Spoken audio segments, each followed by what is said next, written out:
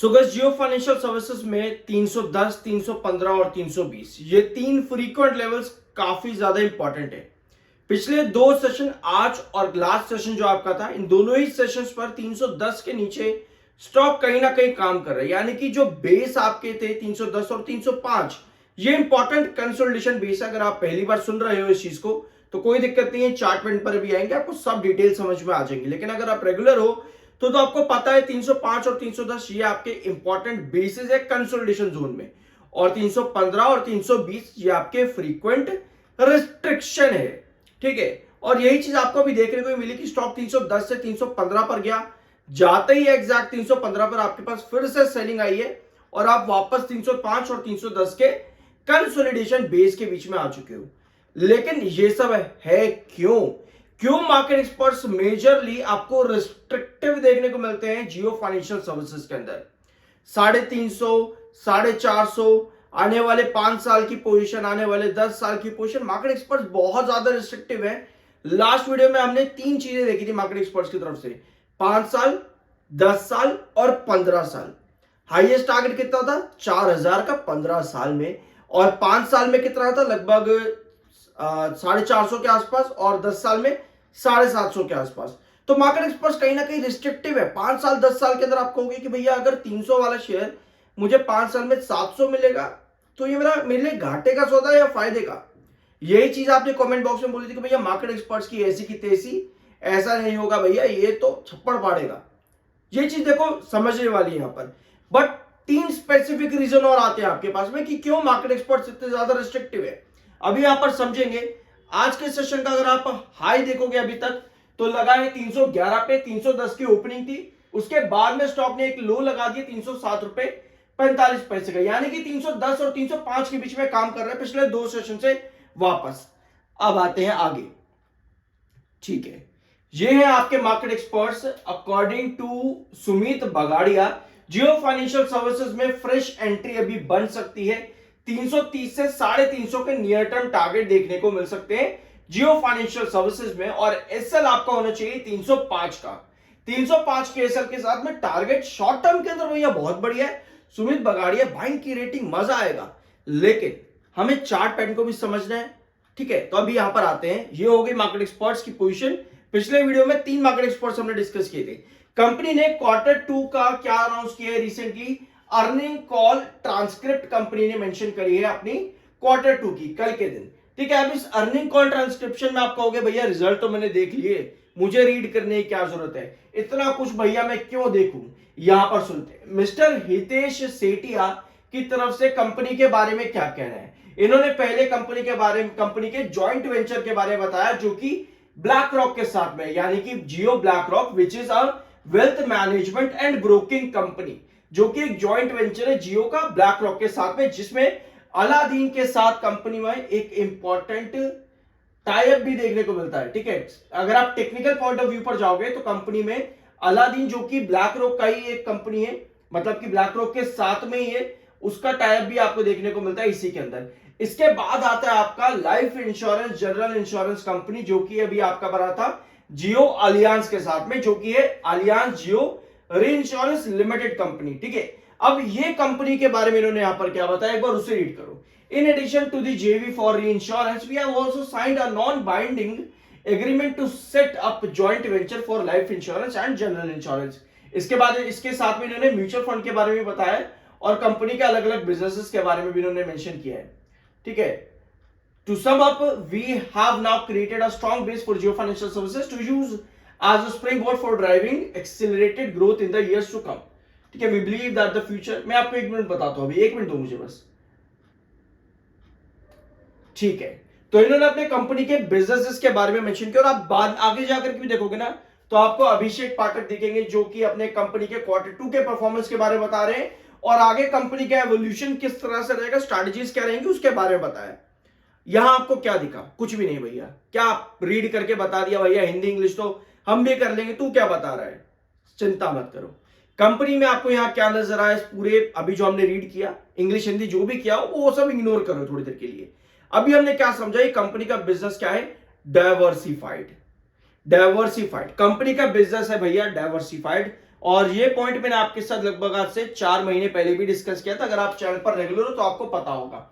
थोड़ा सा zoom out कर देते ताकि आपको और क्लियर से नजर आ जाए। ठीक है, ये है कंपनी का बिजनेस। डाइवर्सिफाइड बिजनेस है कंपनी का, मतलब कि डिफरेंट डिफरेंट सेक्टर में कंपनी काम करना चाह रही है। अब कोई भी कंपनी जब अपना बिजनेस इस तरह से डाइवर्सिफाई करती है तो बिजनेस को डाइवर्सिफाई करने के बाद में कंपनी को एस्टैब्लिशमेंट भी करना है। एस्टैब्लिशमेंट जैसे कि Jio black rock, mutual fund, आपका री इंश्योरेंस कंपनी, ये कंपनी के एस्टैब्लिशमेंट्स बन रही हैं। अब इन एस्टैब्लिशमेंट्स को कंपनी को खड़ा भी करना है। खड़ा करने के लिए क्या चाहिए होगा? कंपनी को चाहिए होगा भैया ग्रोथ। ग्रोथ कैसे आएगा? कंपनी का टर्नओवर कैसा है साल भर का, कंपनी क्वार्टरली क्या मेंशन कर रही है, क्या कंपनी दे रही है प्रॉफिट में, रिवेन्यू में, क्या कंपनी अपने क्या कहते हैं उसको इन्वेस्टर्स को दे रही है, क्या कंपनी अपने कस्टमर्स को प्रोवाइड कर पा रही है better services than other companies which are available already in this sector. ये तीन चीजें बहुत ज्यादा जरूरी हैं जब भी कोई कंपनी अपना बिजनेस डाइवर्सिफाई करती है। और जब कंपनी अपना बिजनेस डाइवर्सिफाई करती है तो इन्हीं एस्टैब्लिशमेंट और ग्रोथ पर कंपनी का मेजर फोकस रहता है। और सबसे बड़ी टेंशन यही रहती है कि हमको इस कंपनी को ग्रोथ में भी लेकर के जाना है। क्या ये रीजन हो सकता है कि क्यों मार्केट एक्सपर्ट्स बहुत ज्यादा रिस्ट्रिक्टिव रहते हैं जियो फाइनेंशियल सर्विसेज में? 350 ज्यादा से ज्यादा 700 आने वाले 10 साल के अंदर भी। अपना अपना ओपिनियन आप कमेंट बॉक्स में शेयर कर सकते हो। आराम से करना, प्यार से करना, कोई दिक्कत नहीं। मैं चाहता हूं यार हम लोग ना समझदार इन्वेस्टर बने। ठीक है, आई एम NISM 7 सर्टिफाइड, तो सब्सक्राइब जरूर कर देना। मैं बस यही चाहता हूं कि आप लोग ना समझदार इन्वेस्टर बनो। क्योंकि अब हम लोग क्या करते हैं कि भैया 10 साल के लिए भूल जाओ लेकर के 100 चला जाएगा। यही होता है पेनी स्टॉक के अंदर। 1 रुपए का है, 10 साल के लिए लेकर के भूल जाओ 100 चला जाएगा। पता चला कि भैया अगले साल ही वो कंपनी बंद हो गई। आप तो आंखें बंद करके बैठे हो, 10 साल बाद जागोगे, आप कहोगे भैया ये क्या हो गया। समझ रहे हो? ऐसे ही जियो फाइनेंशियल सर्विसेज या फिर किसी भी कंपनी के बात करते हैं तो यही होता है। आपको कभी आंखें बंद करके नहीं बैठनी, आपको टाइम टू टाइम रिसर्च करते रहना चाहिए। अब चार्ट पैटर्न पे देखो, मैंने लास्ट वीडियो में डिस्कस किया था कि जियो फाइनेंशियल सर्विसेज में अगर आपने 2025 में इन्वेस्ट करा है लोएस्ट लेवल पर तो 2025 के अंदर स्टॉक ने तगड़ा रिटर्न दिया है। लेकिन अगर आपने बाइंग करी है भैया 2024 टॉप पे तो आप अभी भी नुकसान में हो। ये चीज मैंने आप लोगों के साथ डिस्कस करी थी। तो कमेंट आया था कि भाई कहां रिटर्न दिए कंपनी ने, यहां दिए। तो भैया दिखाया भी था, बताया भी था। लेकिन इससे हम क्या करें? यहां देखो स्टॉक ने क्या किया, अपवर्ड वेजेस पैटर्न बनाया, उसके बाद में एक साइडवेज कंसोलिडेशन पर चल रहा है। कभी भी कोई भी स्टॉक इस तरह से अपवर्ड वेजेस पैटर्न बनाता है लंबा, उसके बाद में एक साइडवेज या कंसोलिडेशन पैटर्न बनता ही बनता है। ये चार्ट की कहानी है। अगर हम चार्ट रीड नहीं कर सकते तो भैया मार्केट में बहुत कम समय के लिए टिक पाएंगे, वरना हम एग्जिट कर देंगे मार्केट से बहुत जल्दी। और ये कहते हुए कि भैया मार्केट में तो ऑपरेटर गेम चलता है, इन्वेस्टर के लिए कुछ नहीं है, रिटेलर से माल खींचा जाता है। भैया एक ऑपरेटर को ना कोई जरूरत नहीं है किसी रिटेलर का माल खींचने की, कोई जरूरत नहीं है उसको। वो कहेगा भैया हम कहीं ना कहीं से आ ही जाएगा, हमारे पास में कुछ ना कुछ कर ही लेंगे, पैसा हमारे पास में है। वो आपको आकर के नहीं बोल रहा कि भैया बेच, नहीं बेचेगा तो देख तू, आपको नहीं कह रहा। आप अपनी मर्जी से बेच रहे हो, अपनी मर्जी से खरीद रहे हो। तो मार्केट में ऑपरेटर गेम ऐसा नहीं होता कि भैया तुम्हारे हाथ से कोई खींच लेगा आकर के। अब आते हैं वापस चार्ट पैटर्न पे। अभी हमने डिस्कस किया कोई भी अपवर्ड वेजेस पैटर्न बनने के बाद में आपका बनता है एक साइडवेज कंसोलिडेशन पैटर्न।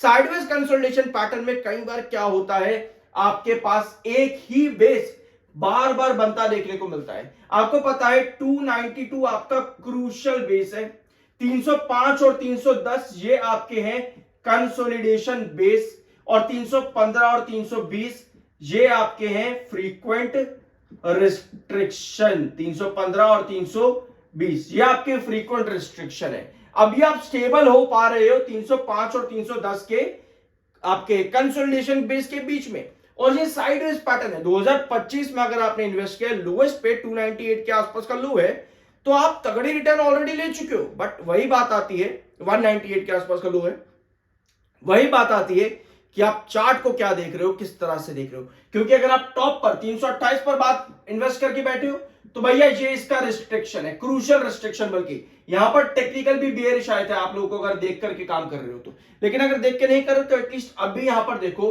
कि स्टॉक साइडवेज पैटर्न क्रिएट करता है एक वेजेस पैटर्न बनाने के बाद में।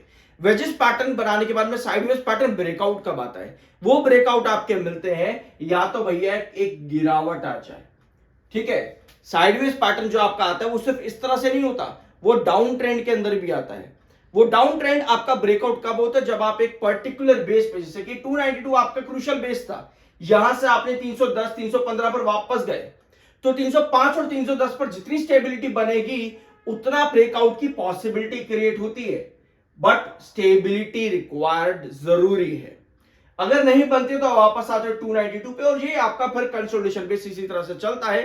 ब्रेकआउट आपको तब तक नहीं मिलता इसी कंडीशन पर जब तक कंपनी अपने बिजनेसेस पर कुछ बहुत पॉजिटिव न्यूज या अपडेट ना देते। ठीक है, तो ये कंडीशन है जियो फाइनेंशियल सर्विसेज की। आई गेस की ये वीडियो आपको थोड़ा कॉम्प्लिकेटेड जरूर लगा ही लगा होगा, आसान नहीं होता इतनी जल्दी चीजों को सीख पाना, बट यस। मिलता अगले वीडियो में। बाय सर की कोई रिकमेंडेशन नहीं है, we are NISM 7 certified. Subscribe करना मत जाना।